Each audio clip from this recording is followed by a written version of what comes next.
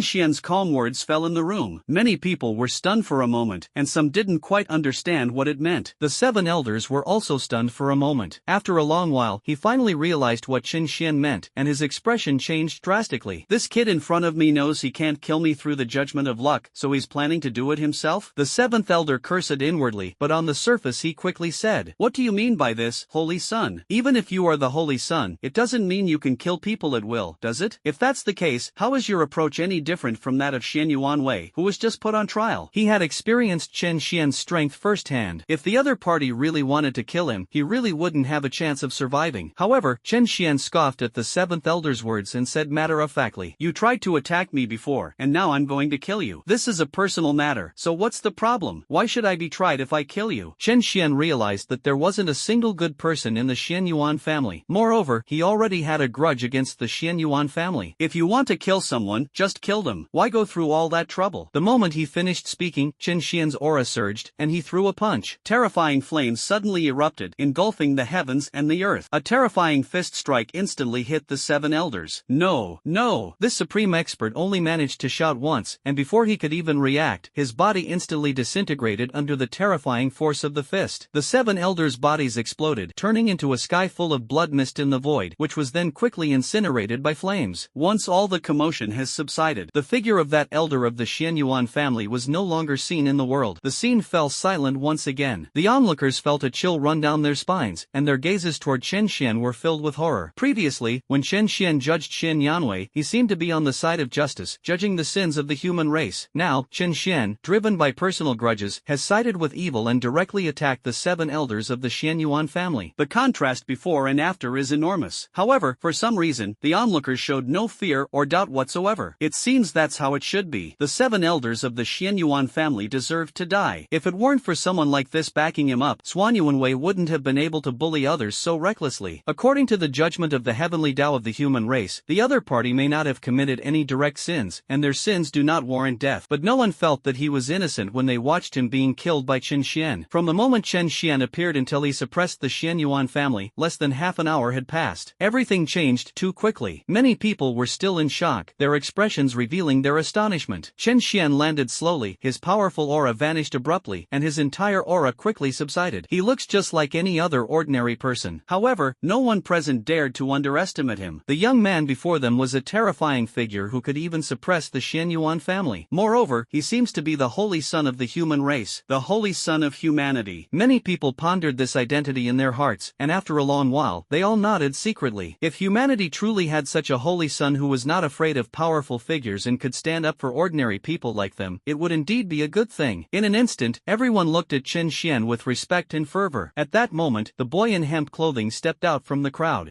Your Holiness, thank you so much for standing up for me just now. If it weren't for you, I might have been beaten to death by those guys. The boy in hemp clothing walked up to Chen Xian, his expression full of gratitude. He bowed deeply and expressed his heartfelt thanks. Chen Xian shook his head and said, "You are a descendant of human heroes, and it is the human race's duty to protect you from being oppressed. If anything like this happens again, you can come to me directly." As Chen Xian spoke, he transmitted his contact number to the other party. The boy in hemp clothing quickly wrote down Chen Xian's communication, feeling even more grateful, and hurriedly said, "Thank you for your great kindness, holy son. My name is Li Chen Xian. I will definitely cultivate hard in the future and strive to become a strong person like my father, who can protect the human race. I am a boy in linen clothes," Li Chen Xian said solemnly, his youthful face full of determination. "Work hard." Chen Xian patted him on the shoulder and offered a word of encouragement. Perhaps, the human race needs more young people like Li Chen Xian. In this way, humanity can go further. As for malignant tumors like the Xianyuan family, their existence is a huge scourge to the human race. At this moment, Chen Xian suddenly recalled what Hua Xuanyu had said to him before. The other party claimed that the Xianyuan family had actually long ago colluded with all the other races. This is no small matter. There are not many human counselors to begin with. The Xianyuan family alone occupied 3 seats. If the other side were to sabotage at a crucial moment, the harm to the entire human race would be almost unimaginable. It seems I need to be more careful in the future. Chen Xian pondered to himself, if the evidence is conclusive. No, not even much evidence is needed. As long as the judgment is close enough, the entire Xianyuan family can be uprooted. Just as Chen Xian was thinking about these things, suddenly, several powerful auras rose from the void a dozen miles away from Shanghai City. Countless black dots of light rapidly approached the ancient human city. Those black spots are getting bigger and bigger. As they got closer, almost everyone could see that they were actually giant, ferocious-looking beasts. Suddenly, outside Shanghai City, one after another huge war drum was struck continuously. The war drums thundered, echoing throughout the heavens and earth, and resounding in the hearts of all humankind. An army of all races is attacking. Be on alert. Be on alert immediately. Outside Shanhaiguan Pass, at the human outpost, sharp shouts suddenly rang out. One by one, the figures of human gods emerged, suddenly looking towards the distant void, their expressions solemn. The myriad races are knocking on our gates again? Damn it, how long has it been? It seems that all the races truly believe that the great Xia King is no longer alive. Otherwise, they would never have launched attacks so frequently. King of the Bear Kingdom, as we agreed before, you will be in charge of this defense. The others will each defend their own boundary barriers to prevent the powerful beings of all races from taking advantage of any weaknesses. The gods communicated with each other and quickly made arrangements. The king of Xiong nodded, then, as if struck by a sudden thought, looked abruptly at Hua Ziyuan and said, "Elder Hua, should we also have your holy son join the battle?" Hua Ziyuan frowned slightly. However, before he could answer, a figure suddenly emerged from the void. The figure, dressed in white and looking incredibly young, was none other than Chen Xian. It's rare to encounter an invasion by an army of all races, so naturally I want to witness it, Chen Xian said calmly, his eyes flashing with intense fighting spirit. The king of Xiong glanced at Chen Xian, and after a long while, nodded approvingly. Good, very good. This is the spirit that a holy son of our human race should possess. After saying that, he suddenly soared into the air, his body growing countless times larger, transforming into an enormous being. Throughout the entire Shanhaiguan Pass and the ancient city beyond the borders, everyone saw the king of Xiong Kingdom and that incomparably majestic figure. The myriad races have never given up their desire to exterminate our human race. Now their armies are already at the city gates. Where are my human soldiers? The voice of the king of Xiong Kingdom boomed like thunder, echoing throughout the heavens and earth. The next moment, from all directions, countless humans stood tall and proud, shouting, "Human warriors are here. We will fight to the death with all races. Human warriors are here. We will fight to the death with all races. A fight to the death." One after another, powerful human warriors flew out of the city, their bodies radiating extremely strong fighting spirit. One after another, armored soldiers rose into the air from Shanhaiguan, their long spears pointing straight at the void in front of them, exuding a murderous aura. It only took about 10 minutes in total. countless powerful human warriors and soldiers instantly rose into the air, directly blocking the front of the army of all races. Every face bore the mark of fearless courage. They would use their flesh and blood to build a great wall for humanity, defending against enemies outside Sanhedrin. Even if it costs them their lives, they will stop the advance of all races. Even if I die 10,000 times, I will have no regrets. These are the soldiers of the human race. Standing atop Sanhedrin Pass, Chen Xian watched the scene, his usually calm eyes flickering with emotion. Seeing those human soldiers shouting to the sky, displaying their fearless bravery, even Chen Xian couldn't help but be moved. This is the true human race. This is the human race he should protect. As for the Xianyuan family, they are nothing but malignant tumors disguised as humans. Just as the human race was on full alert, preparing to meet the enemy head-on, in front of Sanhedrin, in that boundless starry sky, countless black dots are still approaching. The black dot is moving forward at an extremely fast speed. In a short while, a vast army of myriad races appeared before everyone's eyes. In that densely packed army, a dragon's mount flapped its wings, stirring up countless thunderbolts in the void, shaking the heavens and the earth. There was a powerful demon with a burly build, whose body was constantly overflowing with monstrous demonic energy, turning the entire void black. A powerful member of the Thunder Spirit clan transformed himself into the heavens and earth, unleashing countless bolts of lightning that shattered all the boulders blocking his path in the void. The Underworld clan, the Celestial clan, the Rakshasa clan, the Fate clan. The massive army of myriad races that attacked the human race comprised countless races and countless powerful individuals. This time, it seems to be a truly big move. In the past, even when attacking the human race, it was only a matter of gathering the strongest people from 3 or 5 races. Even if the army is mobilized, it will not exceed 10 races. But this time, many people took account and were shocked to find that there were no fewer than 30 races that they could see. Deploying an army of more than 30 races at once, this is an attempt to completely annihilate the human race. The king of the Xiong kingdom also had a solemn expression. Countless bolts of lightning erupted from his eyes, as if they were about to pierce through the void. Soon, he seemed to realize something, his expression changed, and he suddenly shouted, "At this moment, everyone, don't panic. This is probably just a test by the myriad races, and there are no truly powerful figures accompanying them. With the ferocity of my human warriors, we will be able to easily suppress them." The king of Xiong kingdom was not underestimating his enemy. The commotion caused by all the races this time was truly enormous. And when they do make a move, it's always a big one. Many people panicked. After all, even if someone is not afraid of death, they will still feel despair if they are meant to. Humans are already outnumbered, and if their morale is also low, then their chances of survival are truly slim. Therefore, the king of Xiong kingdom had to say something to reassure the morale of the human soldiers. The words of the king of Xiong kingdom did have some effect after all. Soon someone looked up to the sky and shouted, his fighting spirit soaring, "All races are nothing special. Kill all these scum. Kill them. Fight them to the death. Even if we die, we'll take a few down with us." The crowd roared in anger. At Sanhedrin Pass, Chen Xian and Hua Ziyuan stood together, looking calmly at the two armies that had not yet clashed but were already exchanging auras. What does the Holy Sun think our human race should do in the face of this situation? Hua Ziyuan glanced at Chen Xian and asked casually. Upon hearing this, Chen Xian thought for a moment and then spoke. In a battle between two armies, morale is the most important factor. Human soldiers are all elite and will not be inferior to any other race. As long as we can maintain our momentum and avoid defeat, humanity will not lose. Morale? Hua Ziyuan nodded upon hearing this, neither agreeing nor disagreeing, but simply asking out of curiosity. If the Holy Sun were to lead the army, how would he boost the morale of our human race? The answer is, to kill. Chen Xian didn't even turn around when he heard this, and simply uttered a sentence. He took a step forward, and his figure instantly disappeared from the spot. When he reappeared, Chen Xian had already arrived at the forefront of all the human powerhouses, facing the ever-approaching army of all races. Does this mean, to single-handedly withstand an army of thousands? Seeing Chen Xian's sudden action, countless humans stared wide-eyed. Even the king of the Bear Kingdom was slightly stunned and almost didn't react. What does this kid want to do by stepping forward now? He had worked so hard to stabilize the morale of the human race, he couldn't let this kid destroy it again. Holy Sun, what do you wish to do? The king of Xiong frowned as he looked at the young figure in front of him and asked a question. Chen Xian stretched his limbs, twisted his neck, and said calmly, "As a Holy Sun, this is the first time I have participated in a battle against the army of all races, and I can't help but feel a little ashamed. To make up for my previous shortcomings, I will handle the first clash with the army of all races. Today, I am the Great Wall of the human race. As long as I am here, no race or creature can even dream of getting close to my human race's Sanhedrin Pass." Chen Xian's calm words, amplified by his supernatural abilities, reverberated throughout the surrounding void. For a moment, countless human powerhouses stared wide-eyed, mouths agape, their faces filled with disbelief. This human Holy Sun said he would face the army of all races alone? Is this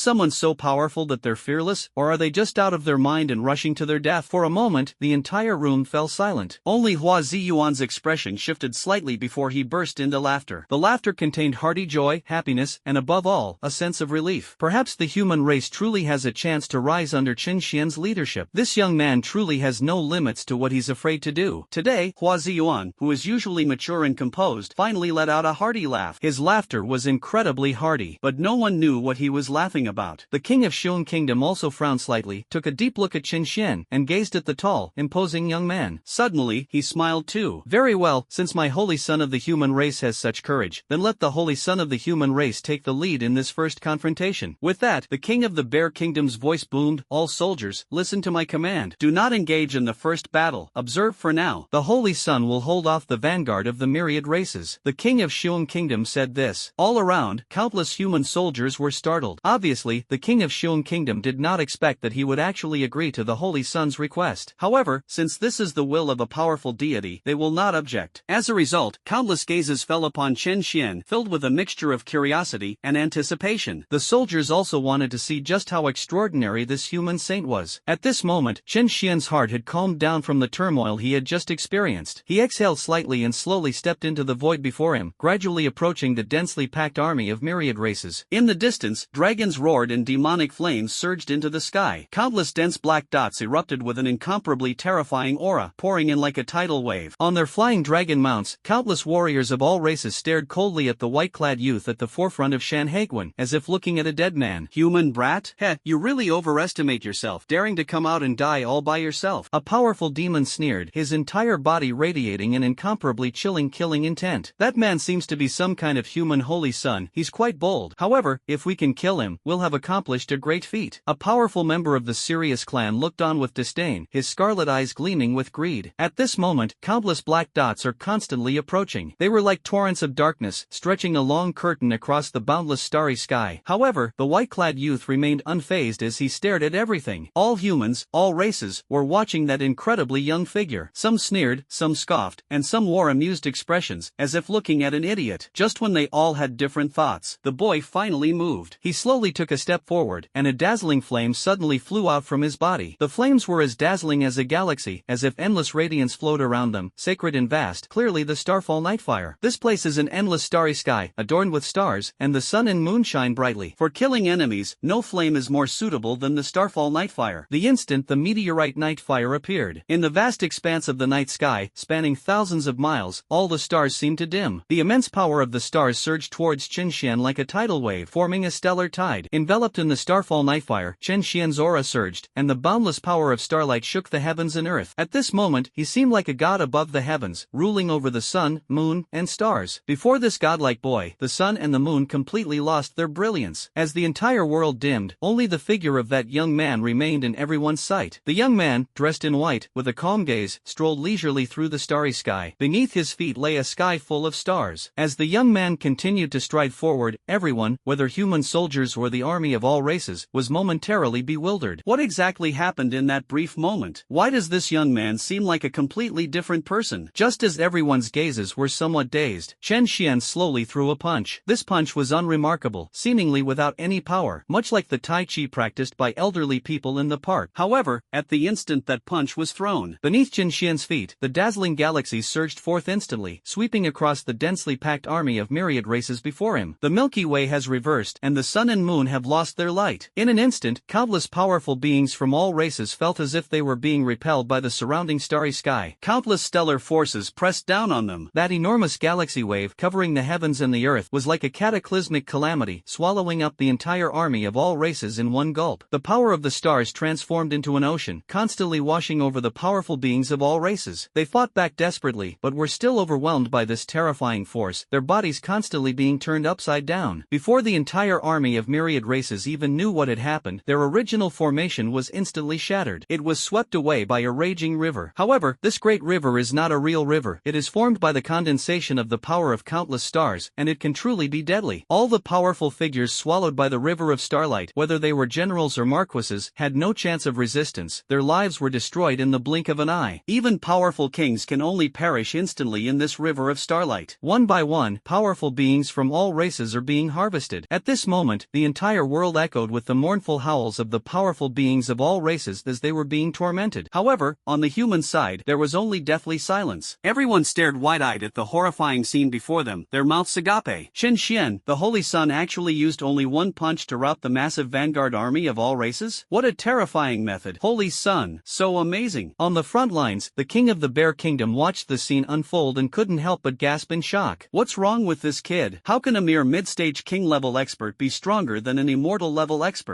The king of Xiong Kingdom had seen all sorts of geniuses, but he still couldn't help but gasp in amazement. It wasn't that he was flustered, it was just that Chen Xian was too extraordinary. The fact that the other party could so easily mobilize the power of the 4 stars shocked even the king of Xiong Kingdom. How come it's become that kid's home turf here? On the Shanhaiguan Pass, Hua Ziyuan also watched this scene, his smile widening. He said good 3 times in a row, and the smile on his lips never stopped. Chen Xian, that kid, has surprised him once again. At this moment, Chen Xian fully activated the Starfall Night Flame, resonating with the surrounding stars, and his strength briefly surpassed the level of immortal. This punch already possessed the power of a god. If this kid were given more time, how far would he grow? Hua Ziyuan couldn't help but feel a sense of anticipation. Chen Xian unleashed a punch, unleashing a massive surge of stellar power that swept across the entire starry sky. Countless powerful beings from all races were swallowed up. The whole world seemed to be swallowed up by that surging tide of starlight. The entire process lasted a full half-hour, when everything has settled down. As the starlight wave receded, the surrounding stars regained their brightness, and the sun and moon shone as brightly as ever. However, the dense black dots that had previously covered a large area of the void had completely disappeared without a trace. It's as if it never existed. The boundless starry sky had once again fallen silent. This is all resolved? He killed all the powerful figures of all races with just one punch? That's too exaggerated. Unbelievable. Is this the power of my human race's Holy Sun? How terrifying. Before this, I never imagined that a person's power could actually reach such a level. At Shanhaiguan Pass, in the ancient city beyond the borders, countless humans raised their heads, staring blankly at the white-clad figure in the starry sky. In the past, when the human race clashed with the armies of all races, it was all soldiers against soldiers, generals against generals. Human gods and powerful beings almost always confront the gods of all other races, and rarely intervene in large-scale battles. Therefore, people only know that the gods are very powerful, but they didn't have a clear idea of exactly how strong they were. But now, Chen Xian, relying on his own strength, defeated a terrifying army of myriad races with just one punch. It completely overturned everyone's worldview. However, while everyone was shocked, they also felt a surge of pride. Is it so remarkable that there are so many races? Their human race's Holy Sun alone could easily suppress them. Above the void, the king of the Bear Kingdom was stunned for a long time before he finally reacted, looking at Chen Xian as if he were looking at a monster. Frankly speaking, even he would find it difficult to suppress an entire army with a single punch like Chen Xian. It's not that Chen Xian's strength is now greater than his. Rather, it was Chen Xian's ability to communicate with the power of the stars, causing them to resonate and unleash a massive killing move. This is something even the king of the Bear Kingdom couldn't do. Good lad. The king of the Bear Kingdom's lips twitched, and he quickly looked down, then suddenly shouted, "Soldiers, do you all see that? There's nothing to fear from the army of all races, they're just a bunch of paper tigers. No matter how many come, they'll only take one punch." The moment the king of Xiong Kingdom uttered these words, all the humans erupted in cheers, shouting in unison, "Congratulations to the human race. Congratulations to the Holy Sun. Humanity is invincible. Humanity will surely prevail." Deafening shouts echoed through the boundless starry sky, shaking heaven and earth. You certainly didn't disappoint me. Hua Ziyuan stood on Shanhaiguan Pass, slowly shaking his head, his face full of emotion. In the distance, in patches of emptiness, the Sakura Kingdom's ruler, the Lighthouse Kingdom's ruler, the Maple Leaf Kingdom's ruler, and all the other human deities all turned to look at Chen Xian, each with a different expression. Some people's eyes lit up, with a hint of surprise. Some people had blank expressions, and it was unclear what they were thinking. Some people had gloomy faces and let out a barely audible snort. Even these powerful deities had to admit that Chen Xian's performance this time was truly impressive. In terms of sheer power, it is even more terrifying than many gods and powerful beings. The deepest part of the boundless starry sky, a terrifying aura rose from the ancient cities. One powerful figure after another projected into the void, all looking towards the direction of the human race's Shanhaiguan Pass, their eyes filled with strange and solemn expressions. Who is that young man in white? How can he mobilize such a large amount of stellar power? That seems to be the most recently born Holy Son of the human race. According to the information sent back by the Myriad race's sect, this young man seems to have only risen to prominence among the human race in the last few months. He is not old, but his strength is extremely strong. The Holy Son of humanity. This child must die. He is too young and too monstrous. That's right, we absolutely cannot let him continue to grow. Otherwise, Otherwise, it will be a huge calamity for all the heavens and myriad worlds. The phantom images of powerful beings from all races communicated with each other, their words carrying a chilling coldness. Do you want to force your way out? A powerful figure, his body wreathed in raging demonic flames, squinted and asked thoughtfully. The strength Chen Xian has shown so far only vaguely touches the level of a god. In reality, he is still far from it. If a powerful deity were to suddenly appear at this moment, it would definitely be able to take Chen Xian's life. A powerful member of the Heavenly Dragon clan shook his head and said in a cold voice, "We haven't confirmed whether the Great Xia King is still alive. The real purpose of this visit is to lure out the King of Great Xia. It would be a bad thing to alert him now." That makes sense. One of the stronger individuals quickly nodded in agreement. Wait 3 more days. 3 days later, the organization will formally knock on the gate for the first time. At that time, the gods of all races will be mobilized, and the number of participating races will reach 50. This will be an unprecedented war. I refuse to believe that if the King of Great Xia were still alive, he could refrain from taking action. A god of the Shadow Clan spoke coldly. No one dared to refute these words. It seems that they all care a lot about whether the King of Xia is alive or not. Moreover, they are very cautious. Even though the news of the Great Xia King's disappearance had already spread far and wide, there were still people who were wary of him. Even now, many powerful figures still don't believe that the other party is dead. There's no other reason than that the Great Xia King was simply too powerful. Even the strongest members of several ancient clans would feel a deep-seated fear when facing the Great Xia King. Even though the King of Xia is no longer here, his influence remains. We should stick to the original plan. At all costs, we must lure out the King of Great Xia and then gather all our forces to surround and kill him. At that moment, an aged voice suddenly came from the deepest part of an ancient city. That was the voice of the strongest ancient demon. What if the King of Great Xia still doesn't appear? In another ancient city, the voices of other supreme beings echoed. If he doesn't appear, then he has truly perished. At that time, it will be the death of that human saint. We could even break through Shanhaiguan Pass and annihilate the human race. The ancient immortal clan supreme spoke again, his calm tone carrying an incomparably cold and ruthless edge. Gained incineration points plus 340,000. Gained 230,000 incineration points. A burning point has been obtained. Chen Xian slowly exhaled, looking at the rapidly increasing incineration points on the system panel, his eyes shining brightly. This single gain might be enough to significantly boost his cultivation level once again. The front lines might be the best place for him to improve his skills. If things continue at this pace, Chen Xian is confident that he will be able to break through to immortality and even godhood in no time. Chen Xian annihilated an army of billions of races with a single punch, seemingly with effortless ease. But in reality, only he himself knew that the punch he had just delivered had consumed almost half of the energy in his body. Mobilizing such a massive amount of stellar power at once is something even Chen Xian, in his current state, cannot do casually. Otherwise, he could have rushed over right now and wiped out all the races. Moreover, because it was Chen Xian's first time using Starfall Nightfire in the boundless starry sky, it was able to evoke such a large-scale resonance. This effect may not be possible in the future. Of course, no one else knew this. At the very least, the army of all races was utterly terrified. At this moment, behind the army of all races, the vast number of powerful warriors from all races, like a surging tide, all stared wide-eyed, their expressions filled with terror. The vanguard was wiped out just like that? What a terrifying human youth. The vanguard army has hundreds of millions of strong warriors, barely 1/10 of the main force. Yet, they can't even withstand a single punch from this youth? How can they possibly fight back? We must have a top-tier expert suppress that boy, otherwise, we'll just be throwing our lives away if we go up there. In an instant, the main forces of all races were terrified by the terrifying strength Chen Xian displayed, their bodies trembling like leaves. The once peaked morale of the army of all races plummeted to rock bottom in an instant. The generals of the myriad races noticed this situation, their faces turning grim, but there was nothing they could do. Even Chen Xian, who annihilated an army of millions with a single punch, was afraid. When did such a powerful being emerge from the human race? He's practically a weapon of mass destruction on the battlefield. He's terrifying. What do we do now? Should we follow the initial military orders and send the army straight in, or something else? A supreme expert of the demon race hesitated for a moment before asking a question. Originally, according to the will of the gods of all races, after the vanguard army clashed with the human army, their main force would immediately press forward to try to defeat the human army in one fell swoop. No one can guarantee whether Chen Xian will be able to throw a punch like that again. Withdraw all troops. Await the next instructions from the gods. At this moment, a deafening voice resounded from the very back of all the races, the voice cold and majestic. Among the main force, countless races breathed a sigh of relief, their eyes filled with joy. Thankfully, the gods didn't send them to their deaths. A moment later, the army that had been entrenched in the depths of the endless starry sky, facing the human race across the Shanhaiguan Pass, retreated like a tide. All races, the army has withdrawn. Upon seeing this scene, a powerful powerful human was extremely excited, raising his fist high and his face flushed red. We won! We won! What if the army of all races went, and no matter how many people come, they can only slink away in the end? I think they've been scared to death by my human race's holy son. Countless soldiers spoke up, their faces filled with indescribable excitement. On one hand, they once again resisted the invasion of the human race by all races. On the other hand, they didn't die, they all survived safely. As soldiers of the human race, we are naturally capable of dying for humanity. But if we can live, who would want to die? In this battle, the human race won a great victory. The vanguard of all races was completely annihilated, with hundreds of millions killed or wounded. In contrast, not a single human sacrificed their life. After so many years of war between the human race and all other races, this level of victory is unprecedented. And all of this was because of that boy. In an instant, countless gazes turned to Qin Xian, who stood in the void, and they all shouted, "Long live the Holy Sun! The Holy Sun is invincible! Humanity is invincible!" A series of booming sounds echoed from all directions. Qin Xian conquered all the soldiers in a single battle. After this day, in the ancient city beyond the borders and inside Shanhaiguan, all the human races will remember that their race has produced another exceptionally talented Holy Sun. Qin Xian had just recovered and was planning to figure out how to proceed with the lottery. However, at that moment, a deafening roar of cheers erupted in my ears. Qin Xian was taken aback. After a moment, he suddenly felt an extremely rich power of luck surge into his body. His aura began to rise at this moment. Having just broken through to the peak of the kinghood not long ago, it is now beginning to weaken once again. Qin Xian's body trembled, and his aura instantly reached the half-step venerable realm. And this is far from over. A rich aura of fortune continued to flow towards him. Qin Xian knew that this was because he had gained the recognition of countless humans, and therefore the heavenly Tao of the human race also favored him even more. With this abundant power of fortune, Qin Xian had no doubt that he would be able to break through to the venerable realm immediately. Unfortunately, this was not what Qin Xian wanted to see. He instantly activated the strange fire within his body, and his burning body technique was also activated to its limit at this moment, directly drawing in the enormous power of fortune into his body, but without absorbing it. This power was ultimately just an external thing to him. He became stronger because of the recognition he received from the human race. But if one day humanity abandons him, then this false power will soon disappear. What Qin Xian wanted was for all the great power to come to him, so that he himself could become powerful. The system's requirements for him were actually quite similar. Although he possessed various different flames, the existence of the burning body still helped him absorb the energy of these flames. He was instructed to convert the energy of the strange fire into his own energy. Different flames can be weapons or auxiliary weapons, but they can never be his power itself. As Qin Xian suppressed the energy, the dense power of fortune was quickly gathered by him and formed a huge sphere in his hand. The sphere was crystal clear and exuded a rich aura of the Tao. Human destiny should be distributed to those who truly need it. I don't need it. The fate of humanity does not lie with me, but with the millions of soldiers. Qin Xian spoke calmly, then suddenly exerted force with his palm. The crystal clear sphere shattered with a deafening roar, and countless streams of fortune poured out like a tidal wave, directly surging towards the human soldiers below. At this moment, some of the human soldiers were still somewhat bewildered, not knowing what had happened. Suddenly, I felt a surge of rich energy flowing into my body. Then, the barrier to his realm that he hadn't been able to break through for 10 years shattered instantly. His cultivation level broke through directly from the peak of the Marquis title to the King title. I actually broke through? The human soldier was stunned at first, then overjoyed. The same thing is happening elsewhere. Each human soldier, after absorbing a wisp of luck, experienced a tremendous boost. Because so many people broke through their cultivation levels, a huge energy tide erupted throughout the area outside Shanhaiguan Pass, affecting the entire human race. Countless energies surged wildly like a vortex. Seeing this, the human gods and powerful beings stared wide-eyed, completely dumbfounded. No, such a rich aura of fortune, you think it can just dissipate like that? So it was distributed to other people? The powerful deities were somewhat puzzled by Qin Xian's choice. It should be noted that if Qin Xian were to absorb all of that luck power, his strength might increase dramatically. It's even possible to break through directly to the immortal realm. However, Qin Xian did not hesitate to distribute the power of destiny to the other human soldiers. What on earth is this kid thinking? The king of Xion looked at Qin Xian with a strange expression, feeling somewhat puzzled. This was the first time he had ever felt that he couldn't see through a teenager at all. The rulers of Sakura Country, Lighthouse Country, and Maple Leaf Country, among others, all frowned, their eyes filled with incomprehension. They were able to break through to the divine realm almost all by absorbing a large amount of luck power. Otherwise, we wouldn't be where we are today. Therefore, they were well aware of just how immense the value of that fortune was. That's something even gods and powerful beings crave. Qin Xian, however, discarded it like a worn-out shoe. This approach truly baffled them. Only Hua Ziyuan was stunned for a moment upon seeing this, then nodded secretly, a hint hint of a smile in his eyes. While the human race possesses a strong destiny, absorbing too much of it can weaken their foundation and lead to trouble sooner or later. Hua Ziyuan had even suspected that the disappearance of the great Xia King might be related to absorbing too much of the power of destiny. In that battle, the great Xia King almost single-handedly overwhelmed the three strongest ancient clans. However, for some unknown reason, the aura emanating from the great Xia King suddenly surged, giving the three ancient clans' strongest warriors an opportunity to launch a counterattack. This led the four of them to eventually enter the depths of the endless void. Because of this doubt in his heart, Hua Ziyuan had actually thought of reminding Qin Xian not to absorb too much luck power. However, he was somewhat worried. He worried that Qin Xian might succumb to the temptation of improving his strength and ignore his warning. However, Hua Ziyuan now knows that his worries were somewhat unnecessary. This young man is more rational than anyone imagined, and he has a longer-term perspective on issues. Perhaps only such people can go further and lead the entire human race to rise. Hua Ziyuan smiled. It seemed that he had not misjudged him after all. He fully supports Qin Xian's actions. Ultimately, the improvement of one's cultivation level depends on oneself. External things are, in the end, just external things. However, Hua Ziyuan did not see anything wrong with Qin Xian distributing his fortune power to the soldiers. That massive fortune, though extremely dense, was divided into countless parts by Qin Xian. The soldiers absorbed the overflowing power of fortune, and although their cultivation levels became somewhat unstable, the impact was not significant. For them, this is simply a benefit. At this moment, countless human soldiers absorbed a wisp of luck, and their cultivation levels rapidly increased. Almost everyone gained a considerable amount. Many people even made breakthroughs on the spot. The breakthroughs of countless individuals triggered extraordinary celestial phenomena that illuminated almost half of the starry sky outside Shanhaiguan. The process of absorbing the power of fortune is actually very quick. It didn't take them too long to break through. Soon, one by one, the human soldiers opened their eyes, feeling the significantly stronger power within their bodies, and were immediately overjoyed. My cultivation has broken through. I've finally entered the Marquis realm. I was fortunate enough to break through to the king level. I've reached the mid-stage of the king level realm. What exactly was that wisp of energy that just drifted into my body? Its effect was incredibly powerful. Every human soldier wore a joyful smile and chatted excitedly. Soon, everyone turned to look at Qin Xian. Although they didn't know exactly what had happened, they were clear that Qin Xian was responsible for it all. Soldiers, quickly thank the Holy Sun. Just now, the Holy Sun shared his opportunity with you all, which is why your cultivation has improved. Although the king of Xiong Kingdom did not understand Qin Xian's actions, he still offered an explanation. Your Majesty, have you bestowed your destiny upon us? Upon hearing this, the soldiers were stunned for a moment, and then their faces were filled with gratitude and respect. The opportunity was given to so many people, yet it still managed to produce such a terrifying effect. If the Holy Sun absorbs all of them, wouldn't he be able to ascend to the heavens in one step? However, for everyone's sake, the Holy Sun gave up this opportunity. The purpose was to strengthen the soldiers' abilities. Thinking of this, each soldier was deeply moved, their faces filled with complex emotions. This is their human race's Holy Sun, selfless and devoted to the human race. Your Holiness, you are foolish. If you had absorbed all the opportunities just now, our human race might have given birth to another god. But you shared the opportunities with us. A human general sighed and said with a sense of helplessness. If he had known it was an opportunity for the Holy Sun, he wouldn't have absorbed it. It's now impossible to return it to the Holy Sun. As soon as he said this, many human soldiers echoed his sentiments. Yes, Your Majesty, it's such a waste to bestow such a great opportunity upon us. Your Holiness, we know your good intentions and are truly grateful to you. But why are you doing this to yourself? There's no need, absolutely no need. Only when the Holy Sun becomes powerful can he lead our human race against all other races. We insignificant figures, no matter how strong we are, have limited power and cannot change the situation. Countless powerful figures spoke up, their tones filled with complex emotions. None of the powerful deities spoke, but they all looked at Qin Xian, seemingly very curious about his thoughts. Why not use such a valuable source of fortune? The soldiers were right. Qin Xian is the Holy Sun of humanity, with limitless potential. Only when he becomes stronger can he bring greater benefits to humanity. However, he refused. Despite the countless gazes directed at him, Qin Xian remained unfazed and calmly said, I have already said what I meant. That is the power of human destiny, so it naturally belongs to the entire human race. I have no reason, nor any interest, in monopolizing it. All of you soldiers have made great contributions to protecting our human race. You have dedicated your youth and your lives to the ancient city and to Shanhaiguan. Compared to me, you are the true heroes of humanity. You are the real heroes. Without your contributions on the front lines, I wouldn't have been able to grow up safely and smoothly on our ancestral planet. Therefore, since it is the power of human destiny, it should be bestowed upon those who truly deserve it. As for me, even without these, I am confident that I will become stronger soon. Qin Xian's calm voice echoed throughout Shanhaiguan, deeply moving everyone. After Chen Xian uttered these words, those soldiers, who were originally incredibly strong and never retreated even when they were about to die in battle, suddenly felt a lump in their throats and tears welled up in their eyes. They've been fighting here at Shanhaiguan for far too long. When was the last time I returned to my ancestral planet? Many people thought about it, but didn't really remember it. Among these human warriors, some had ancestors who guarded the ancient town, and they were born with the mission of guarding Shanhaiguan. Others, knowing of the perilous situation facing humanity, came to the ancient city at a young age to contribute their strength to resisting the myriad races. However, they themselves did not expect that decades would pass in the blink of an eye. During this time, the group participated in one major battle after another in the ancient city. They were constantly on edge, with no time to catch their breath. In fact, many people have already become numb to it. They were so numb that they forgot what their ancestral planet looked like, and they didn't even know what they were fighting for. They seemed to be born with the duty to protect humanity and defend against all other races. It seems that no one ever remembers their achievements. But now, the boy who had only recently arrived in the ancient city, the boy who was the holy son of the human race, was saying that they were the true heroes of the human race. They are the true heroes. In an instant, many veterans with 100 battles had tears in their eyes and their bodies trembled uncontrollably, as if they were trying their best to keep their emotions in control. So, someone still remembers our achievements. One of the veterans wiped away the tears that had rolled down his cheeks, his voice choked with emotion. We are the heroes of humanity. We are the meritorious subjects of humanity. These are the words of the Holy Son. We are heroes. I had almost forgotten why I came to the ancient city and why I participated in battle after battle. Now, I seem to remember. When my parents died of illness on our ancestral planet, I didn't even have a chance to go back and see them. I couldn't even protect my own family, and I don't understand the meaning of all that I'm doing. But now I understand. Everything we did had meaning. Someone will remember us. Someone will come from our ancestral planet and tell us that everything we did was worthwhile. Countless human soldiers were in tears, their voices trembling. Chen Xian watched all this, sighed softly, and said nothing more. He spoke from the bottom of his heart just now. These human soldiers guarded the front lines and survived countless life or death battles, miraculously making it to this day. What are they after? Isn't it all to protect the humans living on our ancestral planet? Their achievements should not be forgotten. Everyone should know about them. In the void not far away, the human gods suddenly fell silent. They opened their mouths, but after a long while, they didn't utter a sound. Those soldiers were the true heroes of the human race. The group of powerful deities were all pondering Chen Xian's words, remaining silent for a long time. They've been stationed in this ancient city beyond the borders for so long, and they almost never show their faces except during major battles. Furthermore, they never truly cared about the soldiers below them. It seems that they began to treat these soldiers as mere battlefield weapons, as cannon fodder to resist the army of all races. It's no wonder these gods are cold-blooded. They are simply at a much higher level. Normally, they focus on the overall situation of the human race and think about how to deal with the strongest beings of all races. As for the sacrifices and achievements of the ordinary soldiers below, they seemed never to have thought about them. Chen Xian's words served as a wake-up call for them. The king of Shuang Kingdom remained silent for a long time before speaking loudly. The Holy Son is right. You soldiers are the real heroes. Today, everyone has benefited. Go back and rest well to digest what you've learned. After this great battle, all the soldiers were richly rewarded. Furthermore, I hereby declare that a monument to heroes will be erected at Shanhaiguan, and the names of all the soldiers will be engraved on it. Those whose names are inscribed on this monument will have their descendants protected by the various allied nations of humanity. Anyone who dares to mistreat a hero's descendant is making an enemy of the entire human race. The voice of the king of Shuang Kingdom shook the heavens and the earth. Upon hearing this, all the soldiers were incredibly excited, their faces flushed red. Thank you, your majesties. Thank you, your majesty. The soldiers shouted loudly, their faces filled with undisguised excitement. Humans, we must erect a monument to their heroes. How could they not be excited? Once you're engraved on the monument to heroes, you'll truly be remembered in history. With the promise of the king of Xiong, the soldiers quickly dispersed. The Sakura Kingdom's ruler, the Lighthouse Kingdom's ruler, and several other deities quickly flew back. They all looked at the king of the Xiong Kingdom. Some nodded approvingly, while others frowned, seemingly dissatisfied with the Xiong Kingdom's king's unauthorized actions. The Sakura Kingdom's ruler, with a cold face, questioned the Bear Kingdom's ruler. King of Xiong, shouldn't you have consulted with us beforehand about rewarding meritorious service and erecting a monument? What gives you the right to make such a decision on your own? The king of Xiong Kingdom narrowed his eyes instantly, as if a violent thunder was brewing within them, and coldly said. In an instant, the Sakura Kingdom ruler felt an extremely terrifying pressure crashing down on him like a tidal wave. The Sakura Kingdom's ruler's expression changed slightly, but he immediately lowered his head and dared not utter another word. He had a premonition that if he dared to utter another word of nonsense, the king of Xiong Kingdom would dare to attack him directly. The guy in front of me is a complete madman. Back then, only the king of Xia could barely suppress the other side. Now that the great Xia king is gone, if the Xiong kingdom's ruler were to truly lose his temper, the other powerful gods would be in for a headache. King of the Bear Kingdom, you are also a hero. Chen Xian glanced at the king of Xiong and said seriously. The promise made by the king of Xiong kingdom, and the attitude he displayed, were very much to Chen Xian's liking. The other party seemed to have taken Chen Xian's words to heart and immediately reflected on them. This is the true pillar of humanity, domineering,